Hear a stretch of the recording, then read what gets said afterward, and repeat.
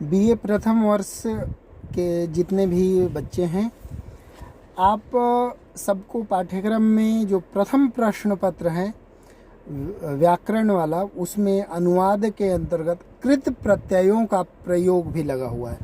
यह आपको प्रत्यय के प्रयोग से बनने वाले शब्द एवं अनुवाद के माध्यम से भी आपको इसका प्रश्न पत्र में आता है। कक्षा के दौरान आप सबने प्रत्यय जोड़ करके शब्द निर्माण जो धातु से बनते हैं वो आपने सीखे थे, आपके पास लिस्ट भी है। रचनानुवाद कौमुदी में आपको पूरी लिस्ट उपलब्ध करवाई गई है।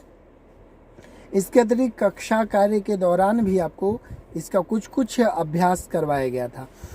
आज के इस लेक्चर में मैं प्रयास करता हूँ कि कृत प्रत्यय के जो कुछ प्रसिद्ध प्रत्यय हैं, वो उन प्रत्ययों से जो निर्माण होता है शब्दों का और उसका जो वाक्य में प्रयोग होता है, उसका उदाहरण सहित मैं आपको बताने का प्रयास करता हूँ। तो सबसे पहले कृत प्रत्यय को हम देखते हैं कि तुमुन प्रत्यय। तुमुन प्रत्यय क्या है? तुमुन प्रत्यय में तुम शब्द प्रायशः बच जाता है। मैं ज़्यादा नियमों में न पढ़ करके आप लोग, क्योंकि प्रथम प्रयास है आपका संस्कृत को पढ़ने का, तो एक व्यवहार रूप में कैसे आप सीख सकते हैं, अभ्यास कर सकते हैं, उसको बस रिपीट करवा रहा हूँ, रिवीजन करवा रहा हूँ। ध्यान होगा। तुम उनका मतलब जैसे पठ का पठितुम, खद का खादितुम, लिख का लेखितुम, इस प्रकार से बनता है। तुम उनका मतलब क्या होता था? के लिए, पठितुम पढ़ने के लिए, लेखितुम लिखने के, लिख का लेखितुम, ई का ए गुण संधि होकर के बन जाता है। खाद का खादितुम, हंस का हंसितुम। तो इसका वाक्य कैसे बनेगा? तो जैसे आपने कहा राम खाने के लिए घर जाता है, तो क्या हुआ? के लिए। तो यहाँ पे क्या बनेगा? राम का राम खाने के लिए। तो यहाँ पे तुमुन प्रत्यय का प्रयोग हो सकता है। खाने के लिए धातु या क्रिया क्या होती है? खाद। तो खाद प्लस तुमुन, खाद द में हलंत तुमुन, तो क्या बचेगा? तुम बच जाएगा, तो खादी तुम। पढ़ने के लिए घर विद्यालय जाता है, तो पठितुम। तो वाक्य क्या बनेगा? रामः खादितुम गृहं गच्छति, छात्रः पठितुम विद्यालयं गच्छति, बालकाः क्रीडितुम, क्रीड प्लस तुमुन खेलने के लिए, क्रीडितुम क्षेत्रम गच्छन्ति, खेलने के लिए खेत की ओर, मैदान की ओर जाते हैं। उसी प्रकार कह सकते हैं कि वह स्नान करने के लिए नदी की ओर जाता है। तो क्या हो जाएगा? वह यानी सह स्नातुम, स्ना धातु तुमुन प्रत्यय, सह स्नातुम नदीम प्रति, अनु प्रति नदी की ओर गच्छति। अनुम प्रति आदि में आपको याद होगा द्वितीय विभक्ति का प्रयोग होता है। तो इस प्रकार से आप धातु से तुमुन प्रत्यय जुड़ने पर उसके शब्द का निर्माण के लिए अर्थ में करते हैं और अनुवाद करते समय भी इसका प्रयोग हम कर सकते हैं। इससे वाक्य में एक अधिक ज़्यादा आकर्षण आता है। इसको हम चतुर्थी विभक्ति में भी कर सकते हैं। सह पठनाय, सह खादनाय, सह क्रीडनाय। इसको अर्थम के अर्थ में भी प्रयोग करते हैं के लिए, पठनार्थम, खादनार्थम, गमनार्थम। तो उसी अर्थ में तुमुन प्रत्यय का भी प्रयोग होता है वाक्य में। तो आपने देखा वाक्य का भी, और भी आप अपने जो आपके पास पूरी सूची उपलब्ध है धातु और उससे निर्मित, तुमुन प्रत्यय से निर्मित शब्द, उसके माध्यम से अनुवाद बना के और अभ्यास कर सकते हैं। अब तुमुन के बाद त प्रत्यय, त यानी आधा क और त, इसको हम कत भी बोलते हैं, लेकिन क पूरा हो जाएगा, इसलिए त पूरा है, क आधा है। इसके लिए क्या बनता है? जैसे गम धातु का क्या बनेगा? गतः, खाद। इसी प्रकार से श्रु धातु सुनना का श्रुतः, प्राप्त का प्राप्तः, क्री धातु करने का कृतः। अब ये जो त प्रत्यय होता है ये तीनों रूपों में बनता है। ये पुल्लिंग, स्त्रीलिंग, नपुंसकलिंग, तीनों प्रकार से इसके रूप चलते हैं।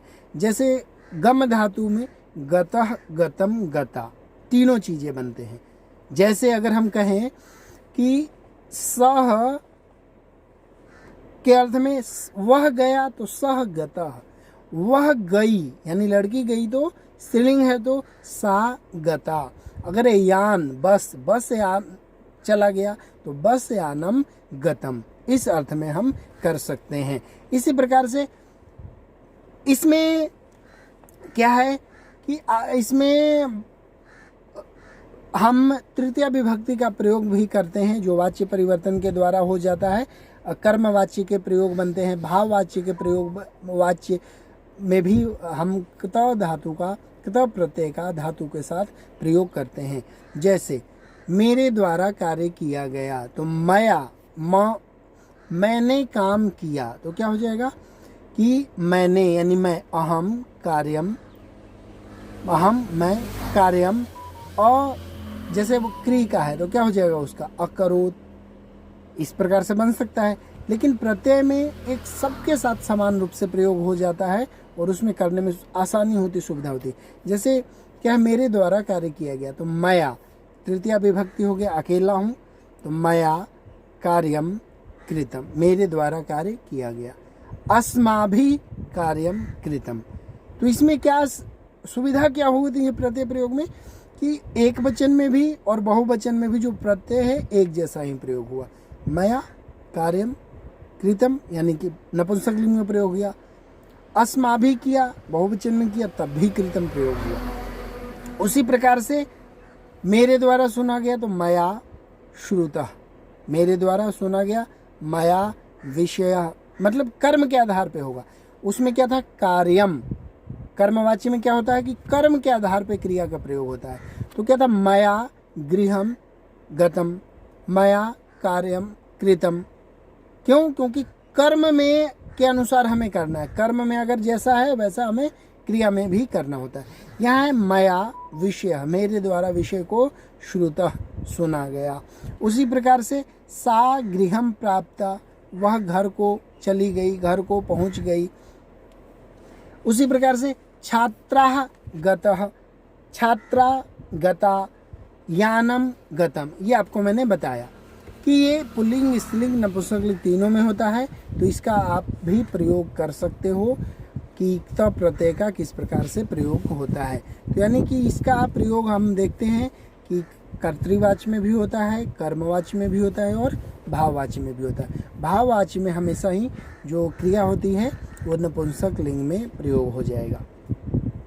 अब है तवतु, तवतु, तवतु, आधा क पूरा त व और तु में छोटी ई की मात्रा, ह्रस्व उ। तवतु, तवतु प्रत्यय में क्या होता है, वान शब्द बच जाता है।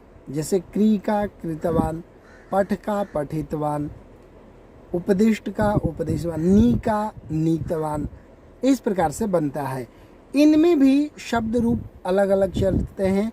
जैसे स्त्रीलिंग का भी चल जाता है, पुल्लिंग का भी चल जाता है, नपुंसक लिंग का भी।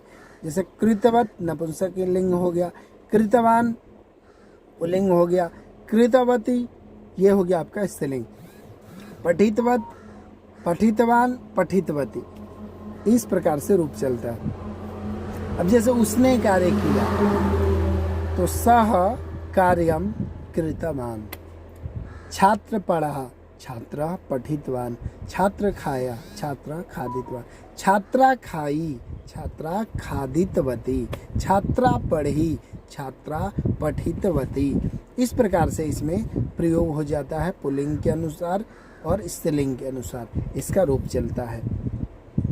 अब जैसे बालक गया तो बालका गतवान, बालिका गई तो बालिका गतवती, इसी प्रकार से इसका प्रयोग हम देख सकते हैं। इसी प्रकार हम यान में भी कर सकते हैं। यान, वायुयान गतवत, न तो गतवान न गतवती, वो गतवत हो जाएगा। तो पुल्लिंग में अंत में तवत बचता है, इसमें तवान हो जाता है, इसमें तवती हो जाता है। तो गतवान गतवती इस प्रकार से, और गतवत का प्रयोग सबसे अच्छा यही है। बालकः गतवान, बालिका गतवती, और बस यानम वायुयानम गतवत, इस प्रकार से इसमें इसका रूप भी चलता है। गतवान गतवन्तौ गतवन्तः, यानी कि इसमें एक वचन द्विवचन बहुवचन। जैसे है सह गतवान तौ गतवन्तौ, ते गतवन्तः। इसी प्रकार मतलब इसमें रूप आपका चलता जाएगा। इसी प्रकार स्त्रीलिंग में भी नदी की तरह चलता है, नदी, नदी, नद्यः। उसी प्रकार से इसका भी बनेगा। तो स्त्रीलिंग का भी प्रयोग करेंगे, लेकिन आपको परीक्षा में ज़्यादातर सामान्य रूप ही आएगा, इसलिए भी आप सामान्य का ही अभ्यास करें। उसी प्रकार से तब्यत और तब्य प्रत्यय का भी आप लोगों को प्रयोग परीक्षा में आ सकता है। तब्यत और तब्य में का प्रयोग कैसे है? जैसे पठ का पठितव्य, गम का गंतव्य, हंस का हंसितव्य। तो इस प्रकार से आप देखते हैं कि जैसे क्या हो जाएगा, मुझे जाना है, मुझे ये तब्य का चाहिए अर्थ में होता है। तो चाहिए अर्थ में कैसे? जैसे मुझे जाना चाहिए, तो क्या हो जाएगा, मया गंतव्यम, मया पठितव्यम, मया खादितव्यम, मया हंसितव्यम, मया लिखितव्यम। मुझे लिखना चाहिए, पढ़ना चाहिए, हंसना चाहिए, इस अर्थ में होता है। फिर इसमें होता है स्त्रीलिंग अर्थ में भी हो सकता है, या स्त्रीलिंग में भी उसी प्रकार से हो जाएगा। लेकिन इसका जब हम देखेंगे कि कर्मवाच्य में जब इसका प्रयोग होगा, तब इसमें पुनः उसी प्रकार से प्रयोग होगा। जैसे तेना रामायणम पठितव्यम, तेना भगवद गीता पठितव्या। अंतर हुआ ना, तेना रामायणम पठितव्यम क्योंकि रामायणम है, तेना भगवद गीता पठितव्या क्योंकि वो स्त्रीलिंग आकारांत शब्द है। तो इस प्रकार से जो ते, और उसी प्रकार से अगर कोई ग्रंथ में कहूँ, तेना ग्रंथ पठितव्य, तीनों है क्या, उसे पढ़ना चाहिए। लेकिन कर्मवाच्य के कारण, क्योंकि कर्मवाच्य में कर्ता में तृतीया विभक्ति होती है, कर्मवाच्य और कर्म में प्रथमा विभक्ति होती है, और कर्म के अनुसार ही क्रिया का प्रयोग होता है। इसीलिए यहाँ पे क्या हुआ, भाववाच्य में सीधा नपुंसकलिंग हो जाता है, मया पठितव्यम, मया हंसितव्यम, मया खादितव्यम, क्योंकि कर्म है ही नहीं, तो सब में नपुंसकलिंग हो जाएगा। लेकिन जब यहाँ पे कर्मवाच्य की बात आएगी तो क्या हो जाएगा, कर्मवाच्य में हमें कर्म के अनुसार, जैसे मया या तेना ग्रंथ पठितव्य, क्योंकि ग्रंथ है आकारांत शब्द है, इसलिए पठितव्य पुल्लिंग अर्थ में। तेना भगवद गीता पठितव्य क्योंकि आकारांत है, स्त्रीलिंग है। तेना रामायणम महाभारतम पठितव्यम क्योंकि नपुंसक लिंग है। तबियत का जो रूप है पुल्लिंग का राम के समान चलेगा, पठितव्य, पठितव्यो, पठितव्या, पठितव्यम, पठितव्यो, पठितव्यान। उसी प्रकार से जो स्त्रीलिंग का है पठितव्या, वो रमा की तरह चलेगा, पठितव्या, पठितव्ये, रमा रमे, रमा पठितव्या। उसी प्रकार जो नपुंसक लिंग है फल की तरह चलेगा, फलम फले फले फलानी, पठितव्यम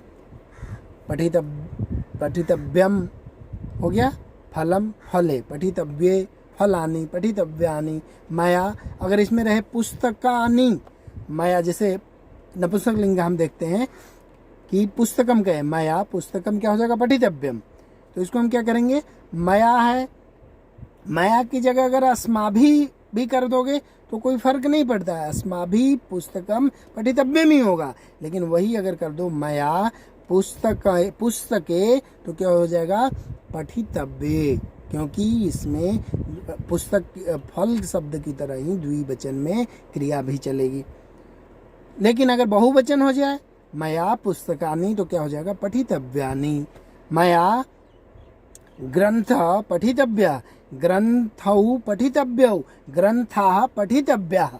इस प्रकार से आपका तब्यत और तब्य का प्रयोग हो जाता है चाहिए अर्थ में। अब उसके प्रकार अनियर होता है, अनियर, अनियर भी चाहिए अर्थ में ही होता है, पढ़ा जाना चाहिए, खाना चाहिए, देखना चाहिए, इसी अर्थ में हो जाता है आपका। तबियत और अनियर दोनों चाहिए अर्थ में ही लगभग होते हैं। अब इसमें भी उसी प्रकार से प्रयोग होगा आपका अनियर का। अनियर का क्या है, पट ईय बच जाता है मोस्टली, तो पठ का पठनीय, खाद का खादनीय, क्री का करणीय, दृश्य का दर्शनीय, इस प्रकार से बनता है। तेना पाठ पठनीय, पठनीय पाठ, उसी प्रकार भगवद गीता पठनीय, उसी प्रकार से रामायणम पठनीयम, इसी प्रकार से इसका भी आपका बनेगा। तेना यात्रा करणीय, तेना चित्रम दर्शनीयम।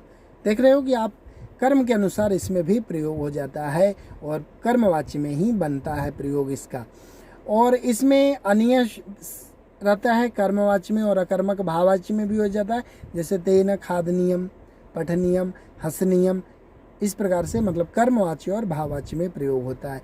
तो आप रचनानुवाद कौमुदी के जो इसका अनियर प्रत्यय वाला प्रयोग है उसमें, या आपके पास जो स्वयं बहुत सारी धातुओं में प्रत्यय प्रयोग करके बताया गया है उसके माध्यम से आप कर सकेंगे। अब इसी प्रकार से अब आप देख सकते हैं क्षत्रिय और शानच प्रत्यय। क्षत्रिय और शानच प्रायशः कंटिन्यूअस टेंस के लिए प्रयोग में होता है हमारा, और इसमें अन बचता है शेष। क्षत्रिय जैसे पठन, खादन, हसन, जा रहा है, खा रहा है, इसी प्रकार से बनता है आपका या। और जो क्षत्रिय और शानच में जो अंतर है, शानच का आन प्रत्यय रहता है शेष, जैसे पठमान, मोदमान, इस क्रियामान, इस प्रकार से इसका बनता है। जैसे सह पाठम स्मरण गच्छति, वह पाठ को याद करते हुए जा रहा है। सह हसन पठति, सह हसन गायति, वह हंसते हुए गा रहा है, वह हंसते हुए पढ़ रहा है। उसी प्रकार से इसका स्त्रीलिंग में हसन है। अब उसी प्रकार से जैसे यान है, यानम गच्छत अस्ति, यान जा रहा है, क्षत्रिय प्रत्यय का प्रयोग करते हैं। सह याचमानः गच्छति, वह मांगते हुए जा रहा है, ये शानच प्रत्यय का प्रयोग है। प्राय क्षत्रिय के प्रयोग के साथ ही हम कंटिन्यूअस टेंस संस्कृत में बनाते हैं, लेकिन सामान्य रूप से सह पठति, वह पढ़ता है या पढ़ रहा है मान लेते हैं, लेकिन अगर वो पढ़ रहा है तो सह पठन अस्ति, वह खा रहा है, सह खादन अस्ति, वह हंस रहा है, सह हसन अस्ति। इस प्रकार से प्रयोग कंटिन्यूअस टेंस के लिए किया जाता है। और क्षत्रिय का बहुत सारे आपके पास धातुओं की सूची है, उसके आधार पे आप वाक्य निर्माण कर सकते हैं। परस्मय पदई जो धातु होते हैं उनके साथ क्षत्रिय का प्रयोग होता है, और जो आत्मनेय पद होते हैं उसके साथ शानच प्रत्यय का प्रयोग होता है। तो आपके पास अपने जो सूची है उसके आधार पे क्षत्रिय का भी प्रयोग आप कर सकते हैं। अब हम एक और इसमें जो प्रत्यय जो बहुत सारे होते हैं, तो इन प्रत्ययों के आधार पे वाक्यों का निर्माण करने में हमें सुविधा होती है और बहुत सारी आसानी भी होती है। जैसे एक ल्युट प्रत्यय भी आता है, ल्युट प्रत्यय का अन शब्द बच जाता है। जैसे लिख धातु है तो लिख का अन बच गया तो लेखनम, लेखनम, शी शयनम, लिख ई था तो ए हो गया गुण होकर के, उसी प्रकार शी शयन है तो उसका अयादि संधि होकर के बन गया शयनम। क्रीड का क्रीडनम, इसी प्रकार से पठ का पठनम, लेख का लेखनम, इस प्रकार से बचता है। जैसे हम क्या कह सकते हैं कि सह नाटकस्य लेखनम करोति, वह नाटक का लेखन करता है। सह पुस्तकस्य पाठनम करोति, वह पुस्तक का पठन करता है। उसी प्रकार क्या कहते हैं, शिशोः शयनम पश्यतु, शिशु का शयन देखो। उसी प्रकार बालकस्य क्रीडनम पश्यतु, बालक का क्रीड़ा देखो। इसी प्रकार हम क्या कह सकते हैं, अश्वस्य धावनम पश्यतु, अश्व का धावन देखो। तो इस प्रकार से पठनम, लेखनम, खादनम, हसनम, ये जो है अन प्रत्यय अन बच जाता है, और लुट प्रत्यय के आधार पे हम वाक्यों का प्रयोग करते हैं। तो प्रत्ययों का प्रयोग बहुत सारा है, और कृत प्रत्ययों का प्रयोग के आधार पे भी आपको वाक्य निर्माण और शब्द निर्माण परीक्षा में आते हैं, तो आप उनका भी प्रयोग कर सकते हैं। एक न्यूल प्रत्यय होता है, न्यूल प्रत्यय है, न्यूल प्रत्यय में अक बच जाता है, न्यूल प्रत्यय का अक शब्द शेष रह जाता है, और आप बड़े आसानी से अब तक सभी प्रत्यय से युक्त शब्दों को आपने व्यवहार में देखा होगा, लेकिन प्रयोग में नहीं देखे होंगे, इसलिए आपको पता नहीं था। अब आप जान जाएंगे। दोबारा आपके पुनः स्मरण के लिए कक्षा में अभ्यास हुआ है, उसके बाद आपको बता रहा हूँ कि जैसे न्यूल का अक प्रत्यय बच जाता है, जैसे पठ पाठकः, उसी प्रकार से आपका लिख होता है तो लेखिका लेखकः। ये जो शब्द देखते हैं ना, नायक नायिका, ग्राहक, पाठक, धावक, ये सारे न्यूल प्रत्यय लगने के पश्चात बचता है। जैसे सह पाठक अस्ति, सह नायिका, सा नायिका अस्ति, सह नायक अस्ति, सह ग्राहक अस्ति, सह लेखक अस्ति, सह धावक अस्ति। ये सारे जो अक वाले शब्द होते हैं वो सब के सब न्यूल प्रत्यय से लग करके बन जाते हैं। इसका रूप भी चलता है तीनों लिंगों में, लेखकम, लेखकम, जैसे पाठकम, पाठकः, पाठिका, ये सारे चीज़ें बनते हैं। नायकम, नायिका, नायिका, ये सारे रूप भी अलग अलग शब्दों में बनते हैं। तो ये सारे आप दोबारा से अभ्यास करें और अभ्यास करते हुए अनुवाद का प्रयोग करें। प्रथम वर्ष के संस्कृत के सभी विद्यार्थी।